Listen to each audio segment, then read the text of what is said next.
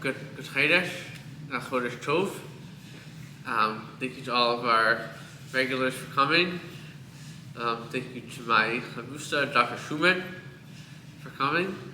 Thank you to my dad who's in person. And my mom is on Zoom. Grandma and Aunt Annie on Zoom as well. So tonight, the topic is Torah perspectives on eating. The last time we talked about this topic, we talked about the importance of eating kosher food, and now we'll talk about, within eating kosher, the approach and manner with which we eat our food. There's really going to be two parts of this shiur. The first part is about not doing too much physicality, and the second part is about making sure to give the body what it needs. So for those, if anyone has to leave in the next about 20-25 minutes, I would actually suggest they leave now, because if you just hear the first part without the second part, it'll be detrimental. But if you're able to stay till at least a half hour, then we'll get a full overview of the topics. Excuse me, is this being recorded? Anybody has to leave and then get the second time? Yes, my dad has been making a recording. Okay. So, a big question that we may have had in last week's Parshas Toldos, is when Yitzchak Avinu, Isaac, was about to give the blessings to Esav, he insisted on having a nice meal. So a big question we could address is, why did Yitzchak request a nice meal before he gave the blessings to Esav? What shaykhs, what connection is there between having a nice meal and giving the blessings? So B'ez Hashem will give three answers to this question, as well as to shed some light from perspectives from Gedolim and Rebbeim about Torah perspective on eating over this session. And they are being careful about what we eat and the way we eat, may it be as a chos and merit for ourselves, our family, our communities, and for all the Yidden, especially in Eretz Yisrael. So, Torah and Gashmias, physical desires and needs, they're really two sides of the same coin. One is about not overindulging in physicality, and two is providing the body what it needs so that it will partner with the neshama, with the soul, to carry out the Ratzon Hashem, to carry out the will of Hashem. Now, we'll first address the topic of precious. Precious comes from the word porish, which means to separate, and this means not being over-involved in the world.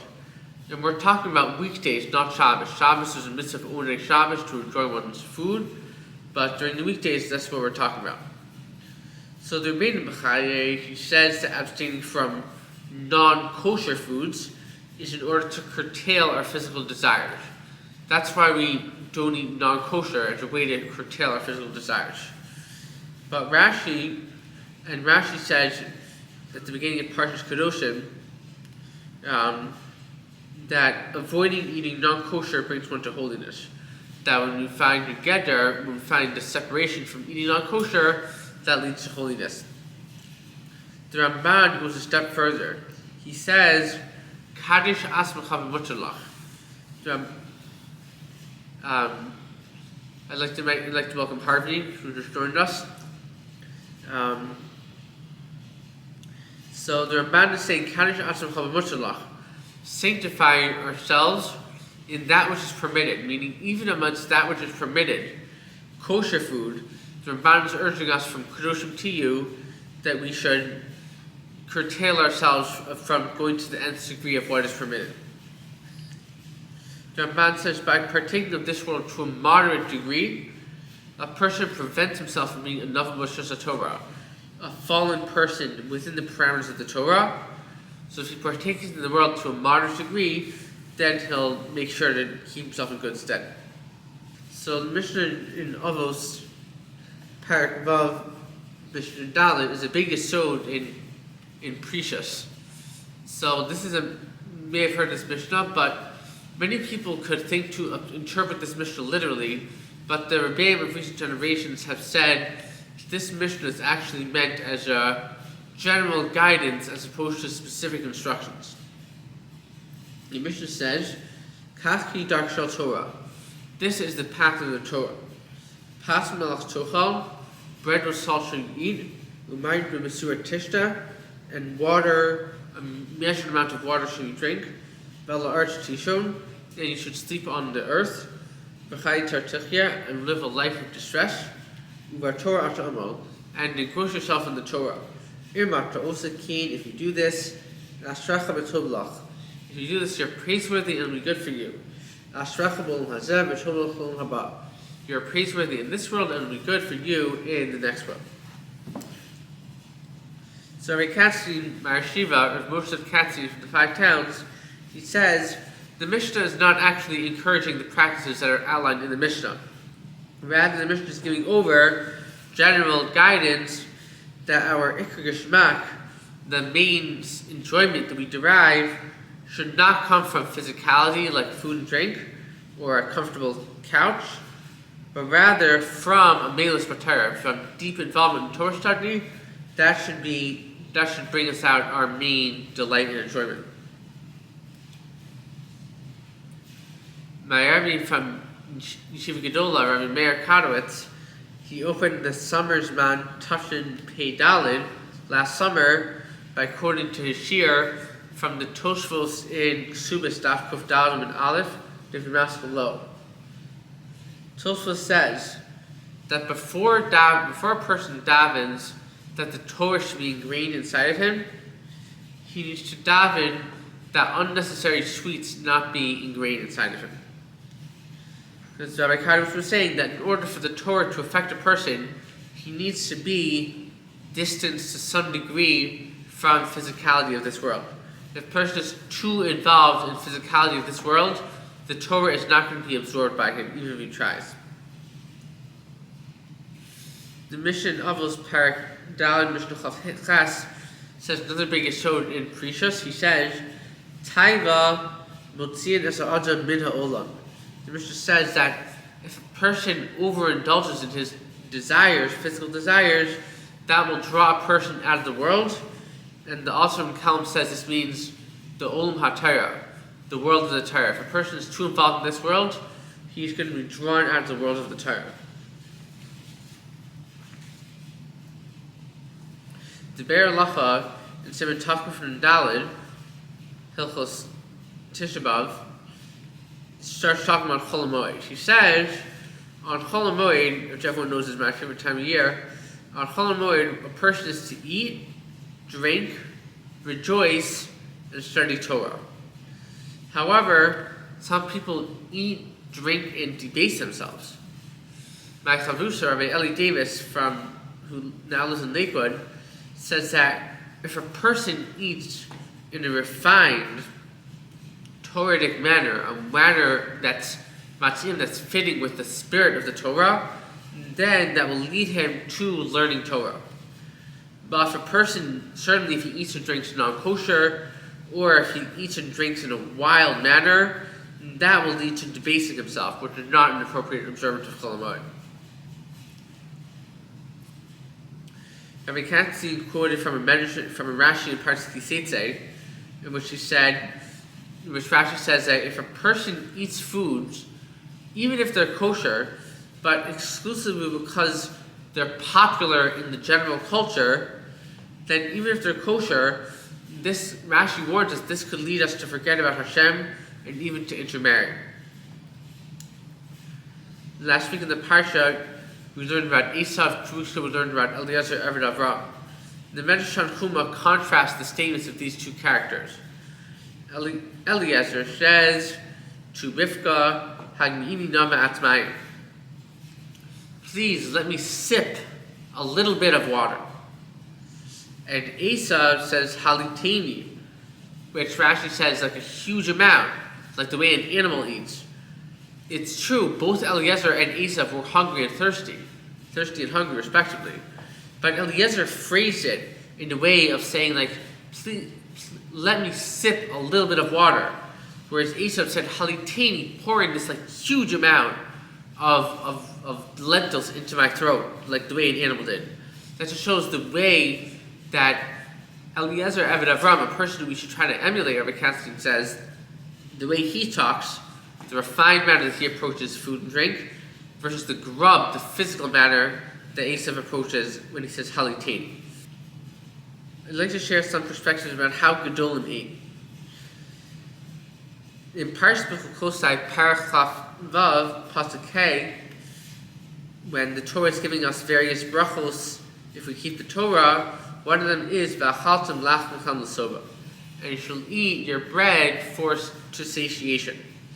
Rashi says this means ochel kimav and isparich b'meah. That what's going to happen is in the times when we're keeping the Torah is we'll just eat like a little bit, like a few lentils, a few bites of pizza, a little bit of fruit, and the blessing is going to spread around in our stomachs, and we're going to be satisfied. We're not going to need to eat a whole meal of 3 hot dogs or 2 pieces of pizza. We'll just eat a few bites, and we'll be satisfied. That's the blessing. Rav Moshe Feinstein points out that in 2024 in America, most people would not want this bracha. Imagine going to a restaurant and eating only a few bites and then one is full. Most people would not want this bracha, Moshe Feinstein says. But yet the Torah feels this is an ideal, to just have to eat a little bit of food and then be satisfied. This comes on to the approach of eat to live rather than live to eat. A person who's lived to eat will want to have a big meal. A person who's eat to live will be satisfied if he only has a little bit, and that satisfies him. And Moshe Feinstein says that if we spend less time in the food process, less time eating, then we have more time to learn Torah. A Binyamin Force in the kosher kitchen brings a pasuk of Mishlei, Parak Gilm pasuk Chafhei, Tzadik ochel l'sova nafsho.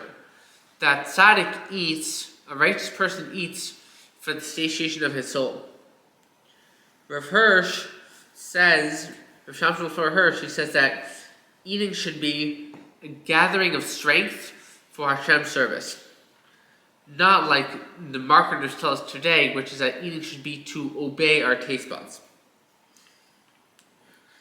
Here are a few stories about Gedolim's relationship with food, just to give us some aspirations, not for us to implement on a practical basis, but just for us to have some perspective about the way that the greatest Jews of the generation have viewed their interactions with food.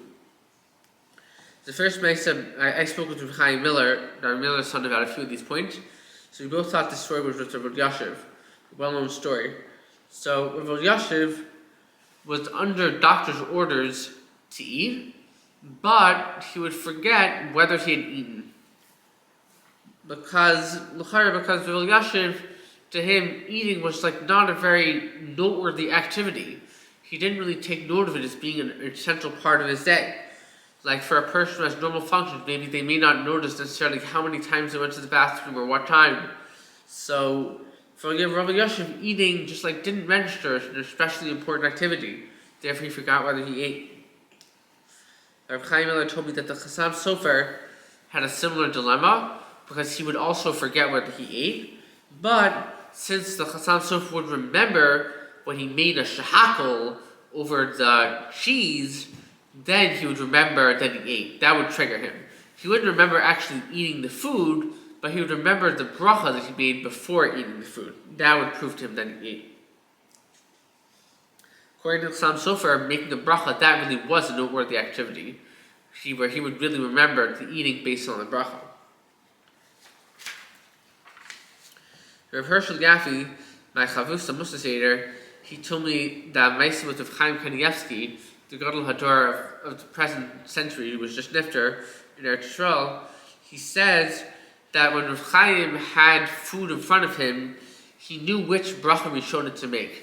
He knew to make a ha'etz on the apple. But after he ate the food, he was unsure which after bracha to make because the food was no longer in front of him. For example, after having eaten the apple, he forgot what food he ate. So he didn't know what bracha achrona, what after bracha to make. And the last story is a story that was attributed to Rabbi Aaron of Karlin, who was from Lithuania, who wrote the Sefer Beis Aaron, who wrote this song Ka'echsov, which we sing at Shalosh Shudas. He lived in the 1700s.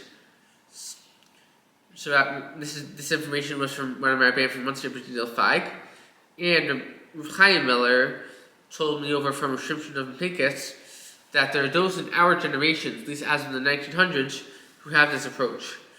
Rabbi Feig clarified to me the story is as follows. It's a very well-known story. The Chassid comes to the Beis Aaron. The Chassid says as follows: you, the Rebbe, and me, the Chassid, are pretty much the same, because we both make brachas and eat apples. The Beis Aaron responds to the Chassid, the differences between us as follows: that you, the Chassid, want to eat the apple, and in order to eat the apple, you have to make a bracha, so you make the bracha. Me, I want to make the bracha, and therefore I have to eat an apple. So I eat the apple, but only because I want to make the bracha. The ikar is making the bracha. Rabbi Kastin told me that for us in 2024, a way to internalize this is to say that a weekday meal should not be an overly important part of one's day. A weekday meal should not be an overly important part of one's day. And Rabbi Miller advises that we should limit exposures at non-meal times to food and food advertisements. Meaning that if we're just like wandering around or flipping through the newspaper, we shouldn't spend time looking at advertisements of food or looking around at food that's available. That'll be a way to curtail ourselves in some way. So, the next topic is the benefits of Precious. The Sefer Chinuch on the mitzvah of Lo Sasur Achrei Levavchem V'Achrei Nechem says that if a person curtails his taivas, if he doesn't go all out with his desires, he curtails them, then he'll be able to be samech b'chalko. He'll be able to be happy with what he already has. My Rabbi Menachem Spurka from Muncie, he gave some practical advice. He said that a person is like a container. A person needs to be filled with something. So, if a person is fully filled with Torah, there'll be no room for excessive indulgence in physicality. But if a person is not so filled with Torah, then there'll be more room to the space we need to be filled by physicality. So until the point that a person is fully filled by Torah, he is going to have some degree of physicality. So Rabbi Sperger encouraged a person should not try to pull himself away from gashmias, from food and drink, but rather a person should just fill himself with the Torah. And over time, the more and more a person fills himself with the Torah, the less room there'll be for physicality. Therefore, preachers is not something to be actively worked on. On the contrast, Rabbi Katzin said from Lev Chatzman that if a person used to value something in the past which he really no longer feels to be valuable, he needs to rewrite that in his brain as being not valuable.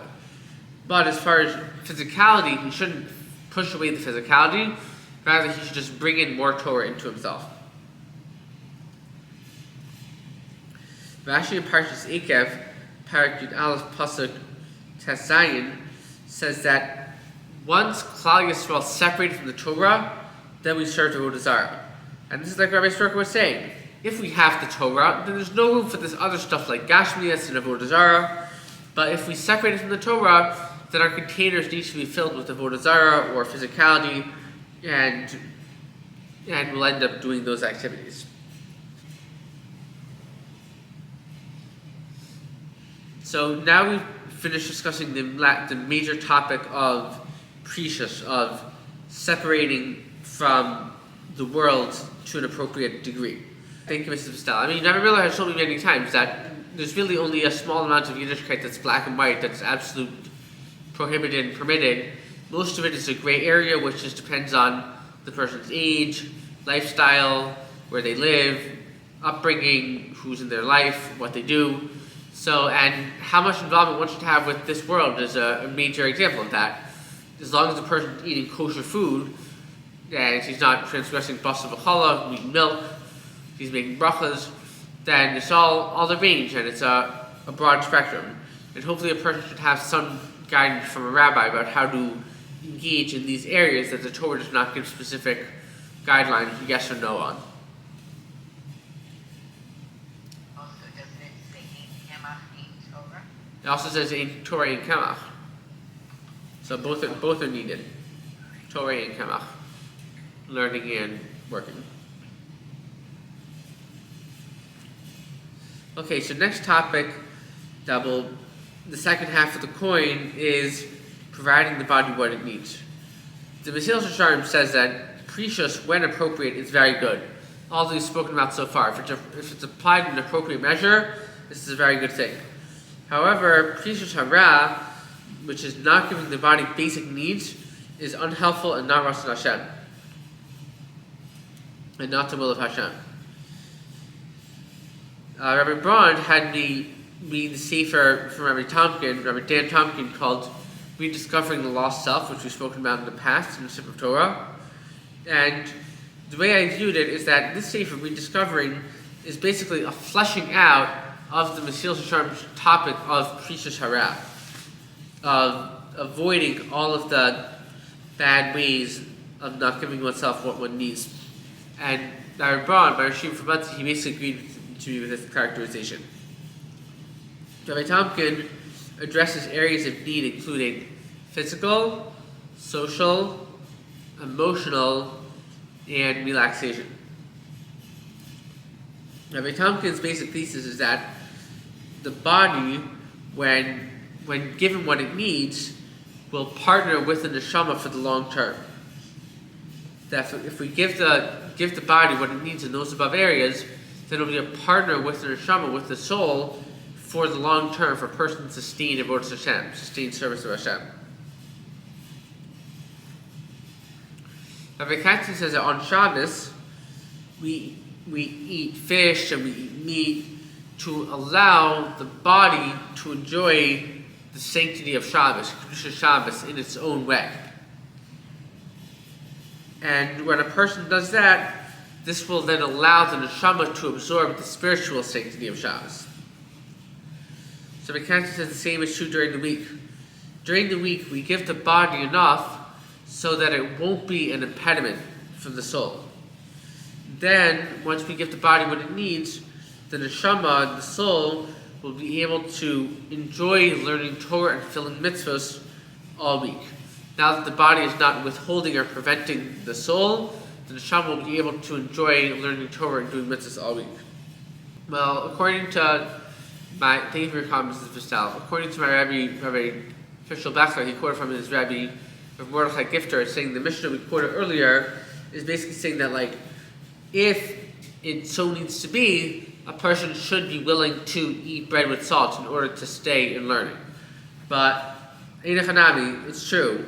Rabbi Tompkin holds that if a person is not able to provide his body what it needs in America in 2024, that he should leave learning and go to work. That's definitely, he agrees with that thesis.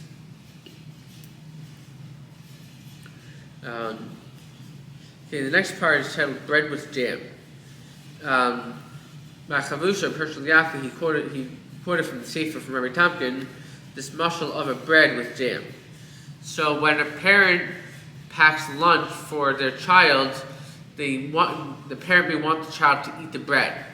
But in order for the child to eat the bread, the child is not just going to eat the bread straight. The parent needs to put on some jam on top of the bread. So the child will eat the bread with the jam, and then they'll get the nutrients of the bread, and they'll also have the jam. So we're talking saying that we give the body some jam so that the neshama can enjoy the bread of the Torah and mitzvahs. The Torah and mitzvahs are the bread, the physical delights are the jam, so we give the body the jam so that the neshama can enjoy the Torah and mitzvahs. The Sefer HaChaim written by the Maral of Prague's brother, says a drush on the Gemara in Brachos, Daf Mem Amud Aleph. The halacha which you may be familiar with is that if a person has an animal, first he needs to feed the animal, then he can feed himself.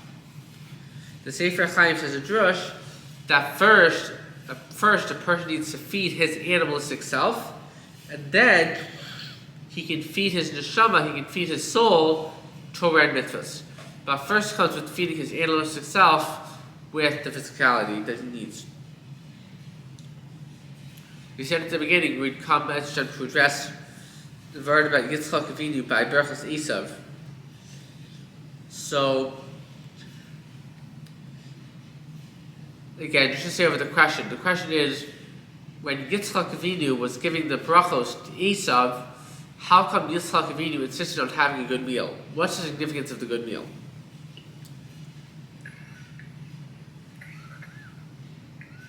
So, one answer which I heard, I'll say this like my answer, in contrast with the other answers, is that Yitzchak wanted that he should be able to give the bracha to Esav wholeheartedly, with both his body and soul coming as one to give the bracha. So therefore, in order that his body would be willing to participate in helping give the bracha, so therefore Yitzchak made sure to give his body a nice meal. The Malbim's Mahalach is that the neshama is the one giving the bracha, but the body has to be placated since the body won't interfere with the neshama's giving a bracha, like Rabbi Katzin said earlier. Rabbi Gerko told me, Rav Stoughton, that a strong body leads to a strong neshama. If the body is strong, then the neshama will be strong.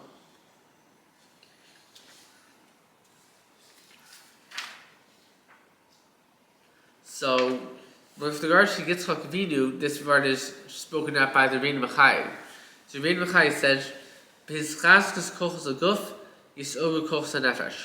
when one strengthens the energies of the body, then that will bring to new light the strengths of the soul. So by the body being strong, that will propel and give new energy, or latent energy will be brought to life of the neshama. So by Yitzchak giving his body what he needs, that will bring out new energies in the soul to give the bracha. Now, Rivka did not require that wine was added to the menu, but Yaakov served wine to Yitzchak. The Radak says the reason is because wine gladdens the heart, and Yaakov wanted to make sure that Yitzchak would give the brachas with a full heart. Rabbi Tomkin quotes from Rus Rabbah Hay that Boaz used to drink something sweet after eating and before learning. The purpose of this was to draw his tongue to the Torah study. That's why Boaz would drink something sweet after eating and before learning, to draw his tongue to Torah study. Rabbi Tomkin told me that if a person's heart, meaning like his body and all the ways Rabbi Tomkin has spoken about, physically, socially, emotionally, if his heart is settled, then the work of Hashem can affect one's inner being. And this is really another way of saying the Rein Machai, because when a person strengthens the body, this will bring to light the energies of the soul. If the heart is settled, then the work of Hashem will affect the inner being.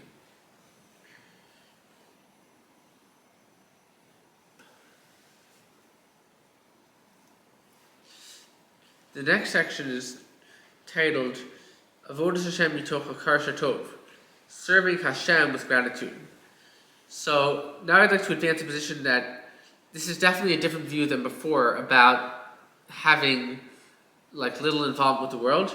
This is a position that it could be that enjoying this world could directly enhance our Avodas Hashem. The Rambam in Hilchos Tshuva, he says that the purpose of the brachos in Parshat B'Chukosai is to enable us to fulfill the Torah. The Rambam says that the reason why we have the blessings at the beginning of Parshat B'Chukosai is to help enable us to fulfill the Torah. For example, if we have food, then we'll have the energy to be able to study Torah. Rashi's example is that 3-year ripened fruits will be very tasty. So the question is, if we put Rambam and Rashi together, how will having tasty fruits enable us to serve Hashem? What connection is there between eating tasty fruits and serving Hashem? So I believe one answer is that we will recognize Hashem as the source of the tasty fruit. We'll connect the fruit to Hashem. And 2, we'll be in such a good mood from the tasty fruit that we'll want to serve Hashem. This is why I believe it's a bracha to have very tasty fruit. I asked the Bitachon Hotline in Sevig Alumbek whether it is appropriate to enjoy a weekday meal. And he answered, it is appropriate if it will bring a person to a Karsha Tov, to gratitude of Hashem. Rabbi Naftali Beer, Rosh Hashanah of Boston, he said that if a person eats with a Karsha Tov, with gratitude for the tasty and nutritious foods, then he'll feel like Hashem is truly taking care of us, and he'll come to want to serve Hashem. So, therefore, Rabbi Meir says a person should try, even during the week, to eat tasty and nutritious foods so that he'll come to feeling like Hashem is taking care of him and he'll want to serve Hashem.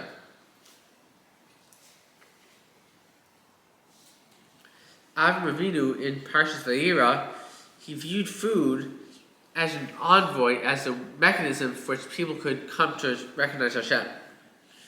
Rabbi Beer says that food was part of the plan for Avram's guests to recognize Hashem, along with his showing interest in them during the meal.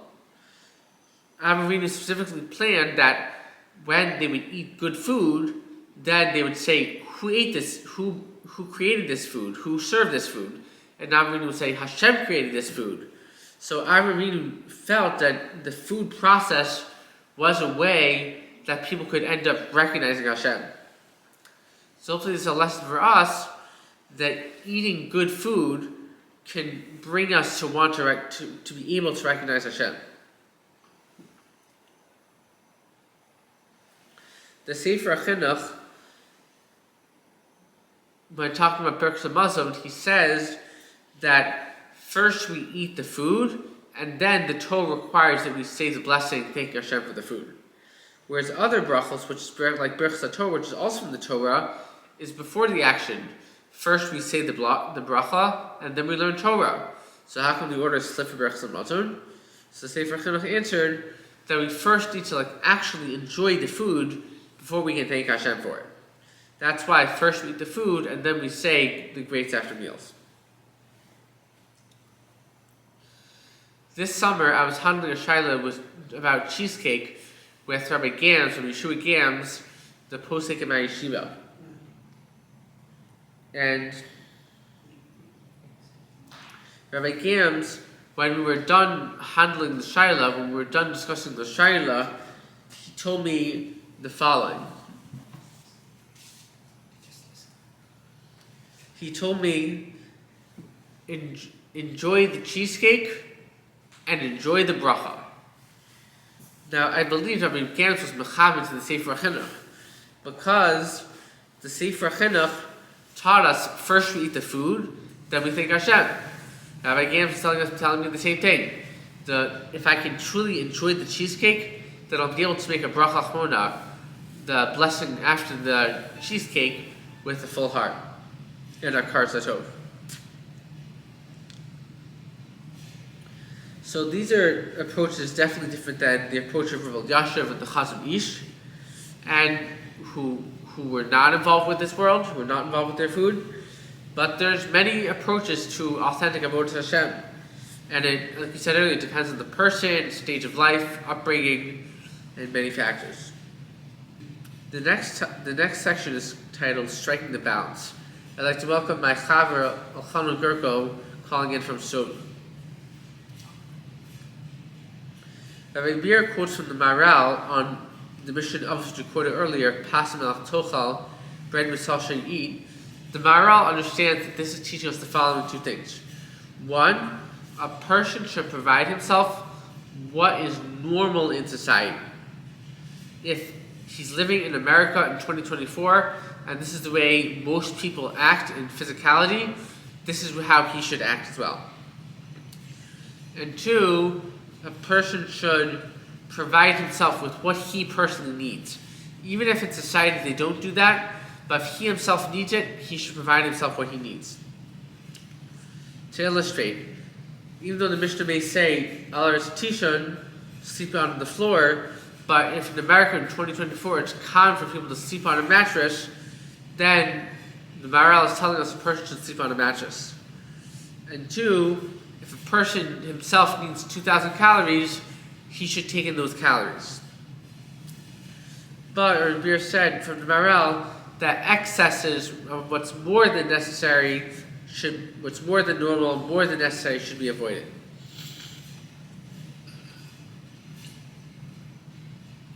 My yeshiva, the yeshiva Gedol, the 5 towns, always served Leisman de Polik. Everyone agreed the food was very good. And when I learned Or Sameach, the yeshiva served fleshik every night for supper, usually chicken.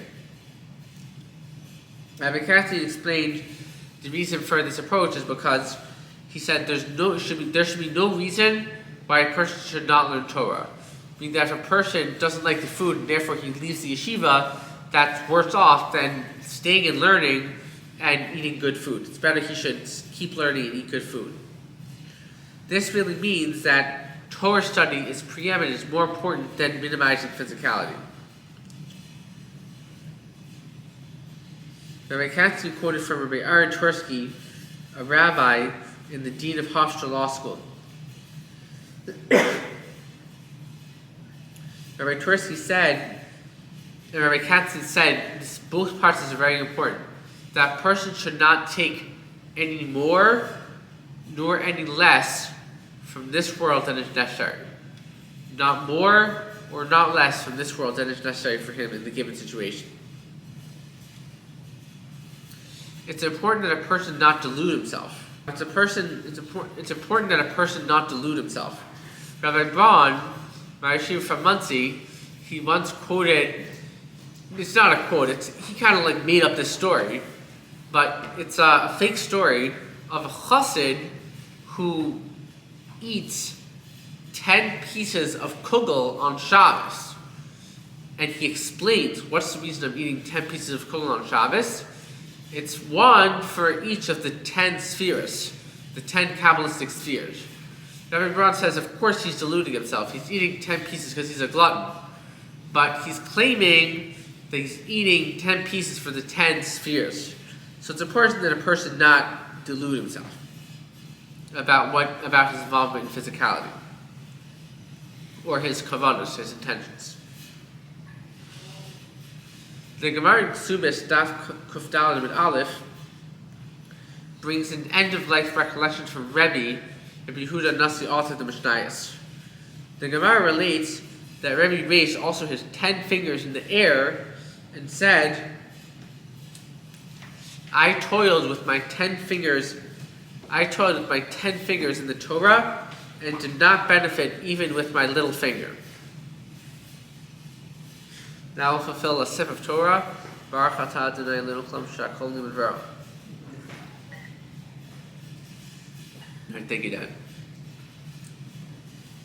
So there are a few ways to understand Rebbe. The way I understand Rabbi Chaim Mintz, Mashgiach of Staten Island, the way he understands Rabbi Yehuda Nasi, is that Rebbe did not gain any enjoyment from this world at all, but rather Rebbe partook of what he needed from this world in order to subsist and cultivate his Torah study. Bachamusa, Dr. Mark Bronstein from the 5 Towns, he showed me that the Torah understands like this. That Rebbe, it's not that he didn't get any benefit from this world, but so whatever benefit he got, he channeled it and funneled it for his Torah study. But others he acted like Rabbi Yashiv, Rabbi Katzin, Shita Mikubetz, or like this, that Rabbi Yehuda Nasi personally gained no benefit from this world at all. So even within Rabbi Yehuda Nasi, there's room to interpretation what exactly his involvement was, whether it's more like a Rav Yashiv, that he had no involvement, or it's more like what we said in the last segment, that he had involvement, but he only took what was necessary, and he used what he did, he took what he did and used it for his Torah study. Well, even if a person has wealth, but it doesn't necessarily mean they had to eat the most extravagant meals, or even if they did, like Shlomo HaMelech did, but it could be they truly only did for the purpose of the rabbinate or some sort of external means, but they really didn't internalize this matter. Like, for example, the Regina Rebbe believed that the Rebbe needed to exude some degree of kavod, some degree of external honor. So therefore he wore fancy boots. However, he personally did not put any soles in the boots. So therefore he would not personally get any benefit from these fancy boots. Thank you for your comments, Ms. Fistel. As far as the Rambam diet, my Masorah from one of my Rebbeim, from the 5 towns of Yisachar Lovi, is that most of the Mefarshim did not comment on the Rambam section of diet because this section was not really accepted in the Masorah. Rav Yaakov Kamenetsky did hold, he himself practiced like the Rambam diet, but my Masorah from one of my Rebbeim is that the Rambam diet was generally not accepted in the mainstream.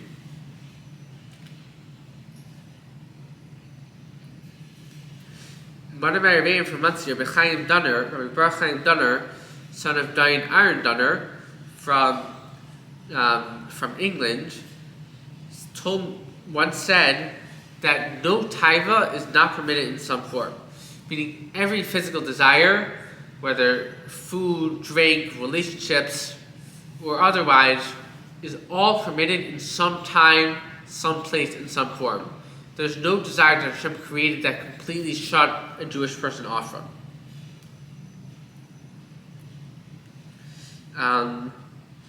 I'm certainly not as well versed in Sefer Tanya as my Chaver Chanan is, but one quote I do know, thanks to Benny Friedman, is as follows from Sefer Tanya: Ki yesod v'shoresh kol haTorah kulahu la'agbiu lahalis nefesh al guf. That the principle and foundation of the whole Torah is to uplift the soul from on the body. Meaning that the body, at the end of the day, should not be the primary. The body should support the endeavors of the neshama, but the body itself should not be primary.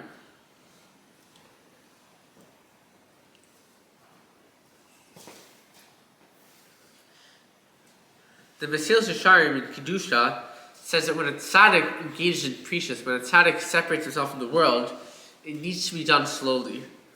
And that's for someone who's at the very end of the Mesilas Yesharim, who's holding on one of the almost an unimaginably high level, like the level of maybe the Tanaim or Aaron Cohen or Moshe Rabbeinu. Such a person, if he's separating himself from this world, has to do it slowly. So all the more so for a person who's not yet a super tzaddik, has to be very careful about separating himself from this world too quickly. Rabbi Katzin said that a person can dash in both bahachim. He can be involved in both areas. One, he can practice like a Rav Yashiv and not get too involved in this world.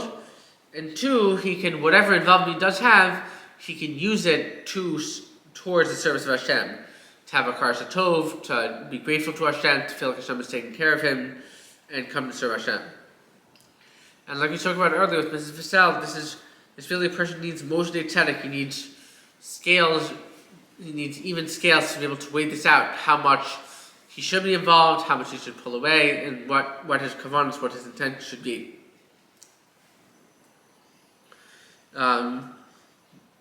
The Rambam says, this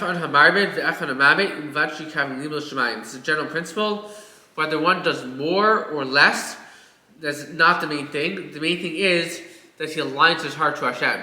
As long as he tries his best to do what's right by Hashem, that really is the main thing. So speaking of which, I'd like to cover some halachas of some foods which we have eaten over the past several days, and contrast them with some very similar foods. So in our family, we made some pumpkin pie last week, and we enjoyed it over the past several days. So I was speaking with the posek of my yeshiva, Rabbi Yeshua Gams, about what is the proper bracha to make on pumpkin pie. We're assuming that the pumpkin pie is made in some sort of a pie crust. Rabbi Gams told me that pumpkin pie, the way it's usually made based on his experience of kitchen, is that the crust is not just there to hold together the pumpkin material, but rather it's in place to add some taste to the pumpkin pie. This being the case, even if there's only a small amount of crust and there's much more amount of pumpkin, still when we make a bracha rishona, if we're not eating during the meal, if we're eating like as a snack, then we make a mizonos on the pumpkin pie. Because mizonos is chashav, mizonos has a higher status, that even though the pumpkin material may be rove, may be majority, but as long as the mizonos is trying to give some taste to the overall food, then we make a bracha of mizonos. And as far as after the eating, we make, if we eat a kazayas of the mizonos, then we will make a al hamichya. In my experience, the pumpkin pie we made and the pie crust we bought at Shaw's, I had a pretty sizable piece of the pumpkin pie, but I don't think that there was enough for mizonos. Maybe if there would be a thicker crust for the mizonos, it would be a kazayas, but if a person is a very thin crust, I would not suggest making an al hamichya. But if you did eat a kazayas of the pumpkin filling, if you ate a good amount of the pumpkin filling, then he would make a berei nefashos on the pumpkin filling. But if he ate a kazayas of mizonos, he would only make an al hamichya and not a berei nefashos.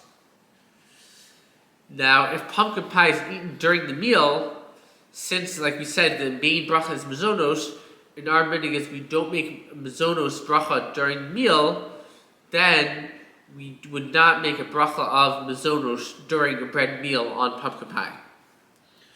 But if a person would make a pumpkin pie without a crust, then he would make shehakol on the pumpkin pie.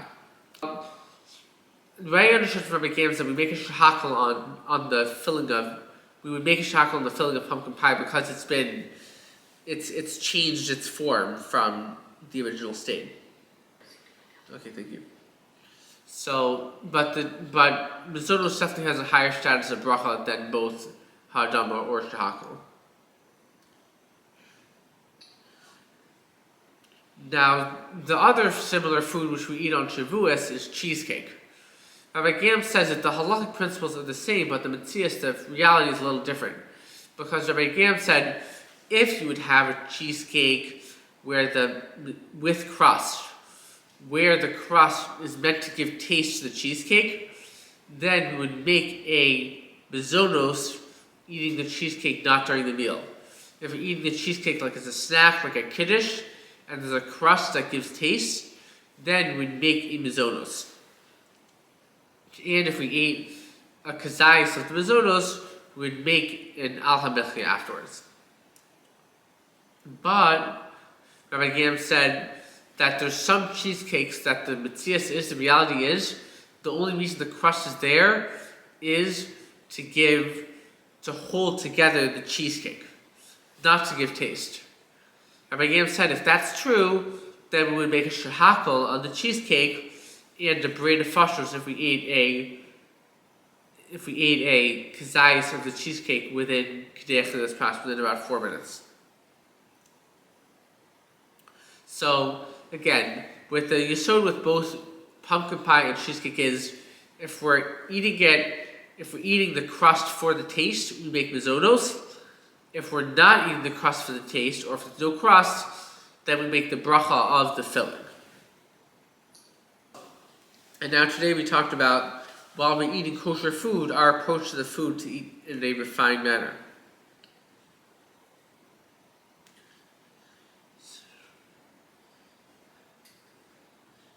So,